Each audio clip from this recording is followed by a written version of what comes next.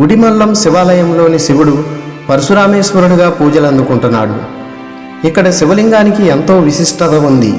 ఈ ఆలయంలో గర్భాలయము, అంతరాలయము ముఖమండపముల కన్నా లోతులో ఉంటుంది.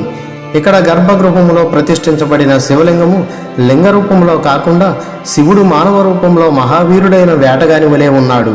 ఈ లింగము ముదురు కాపీ రంగులో ఉన్న రాతితో చేయబడిన మానుసలింగము. లింగము సుమారు 5 అడుగుల పొడవు, 1 అడుగు వెడల్పు కలిగి ఉంటుంది. లింగము పైన ముందు వైపు ఉబ్బెత్తుగాను లింగము నుండి బయటకు పొడుచుకొని వచ్చినట్లుగా చెక్కబడిన శివుడు అపస్మారక పురుషుని భుజాలపై నిలబడిన రూపంలో ఉన్నాడు. స్వామి 2 చేతులతో ఉన్నాడు.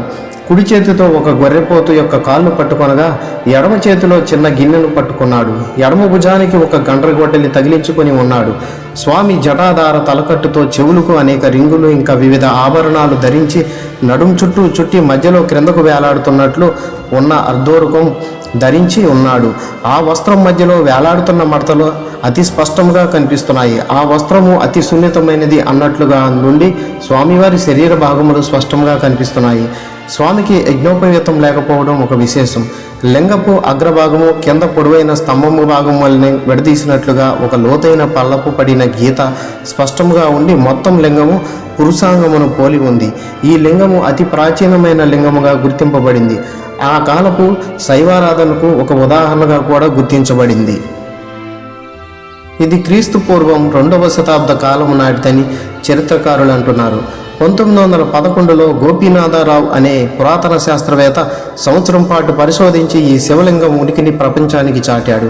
ప్రపంచంలో ఎక్కడా లేని విధంగా పురుషాంగాన్ని పోలి ఉండే 7 అడుగుల ఈ శివలింగంపై ఒక చేత్తో పశువును, మరో చేత్తో గొర్రెను పట్టుకొని యక్షుని భుజాలపై నిలబడిన రుద్రుని ప్రతిరూపాన్ని చెక్కారు.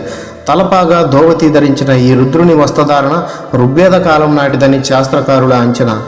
ప్రాచీన శైవ పూజా విధానం సవివరంగా తెలిపే ఈ లింగాన్ని చెక్కేందుకు వాడిన రాయి గురించి ఎలాంటి సమాచారం లేదు. ఆలయ గర్భగుడి సైతం గజపుష్పాకారంలో గంభీరంగా ఉంటుంది. ఆలయంలో దొరికిన శాసనాలలో దీన్ని పరమేశ్వరాలయంగా పేర్కొన్నారు. ఈ లింగం చుట్టూ జరిపిన తవ్వకాలలో క్రీస్తు శకం 2వ శతాబ్దానికి చెందిన ప్రాచీన గుడి అవశేషాలు బయటపడ్డాయి. చోళ, పల్లవ, గంగ పల్లవ రాయల కాలంలో నిత్యం ధూపదీప నైవేద్యాలతో కలకలాడిన ఈ ఆలయాన్ని 1954లో గుడిమల్లం గ్రామస్తుల నుండి ఆర్కియాలజీ సొసైటీ ఆఫ్ ఇండియా స్వాధీనం చేసుకుంది. ఆనాటి నుండి గుడిలో పూజలు ఆగిపోయాయి.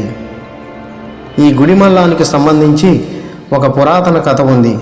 పురాణాలలో కథ, తన తండ్రి ప్రోద్బలంతో అతని తల్లి చిరఛేదనం చేసిన పరశురాముడు తన ఆవేదన నుంచి కోలుకోవడానికి గాను ఋషులు ఒక శివలింగం వెతికి దానికి పూజించవలసిందిగా సూచిస్తారు.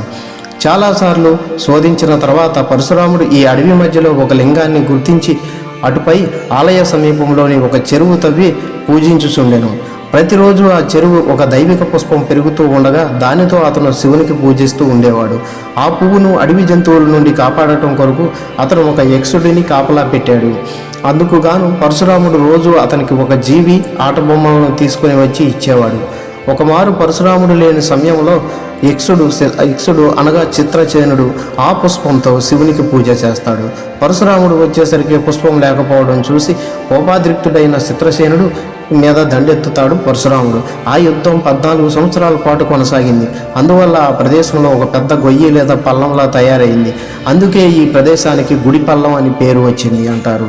ఆ యుద్ధానికి అంతకి ముగిగా పోవడంతో వారిని శాంతపరచడానికి పరమశివుడే వచ్చి ప్రత్యక్షమై వారి భక్తికి మెచ్చి తాను 2గా విచ్ఛిన్నమై వారిలో ఏకమవుతాడు.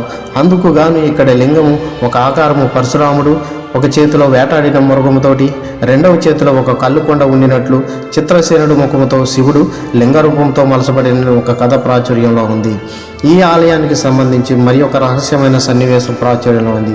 అది ఈ ప్రధాన గదిలో ప్రతి 60 సంవత్సరాలకు వరదలు వచ్చి లోపల భాగం మొత్తం వరద నీటితో మునిగిపోతుంది.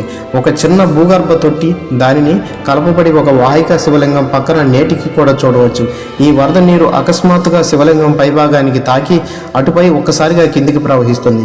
భూగర్భ ట్యాంకు తర్వాత ఎండిపోతుంది. ఇది 2005 డిసెంబర్ 4లో జరిగినట్లు ఆలయ సర్వే అటెండెంట్ పి. సీనప్ప ఆలయ జాబితా పుస్తకంలో రాసినట్లు తెలపబడింది. ఆ వరద నీరు అలానే ఒక 4 గంటలు ఉండి అటుపై మరలా ఆలయంలో ఏమీ జరగనట్లు అదృశ్యమైనదని రాసినారు. రామయ్య అనే 75 ఏళ్ల గ్రామస్తుడు దీనిని తాను 1945 సంవత్సరంలో చూసినట్లు తెలిపినారు.